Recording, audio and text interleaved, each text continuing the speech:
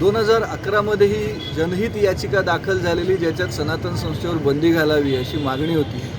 आणि एक मागणी खरी त्याच्यात अशी होती, ही विनोदी आहे म्हणावं का नाही म्हणावं हे ऐकणाऱ्यांनी ठरवावं, की सनातन संस्थेचे लोक हिप्नोटिझम करतात आणि म्हणून त्याच्यावर बंदी आणली पाहिजे. आता हिप्नोटिझमने जर दहशतवादी, आतंकवादी किंवा तत्सम कारवाया करणारे लोक तयार करता येत असते, तर ISIS, सिमीसारख्या संघटनांनी अजून काही हजार आणि लाख माणसं अशी फक्त हिप्नोटिझमच्या ताकदीवर तयार केली असती. असं काही शक्य नाही आहे, प्रॅक्टिकल नाही आहे. हा एक भाग होता.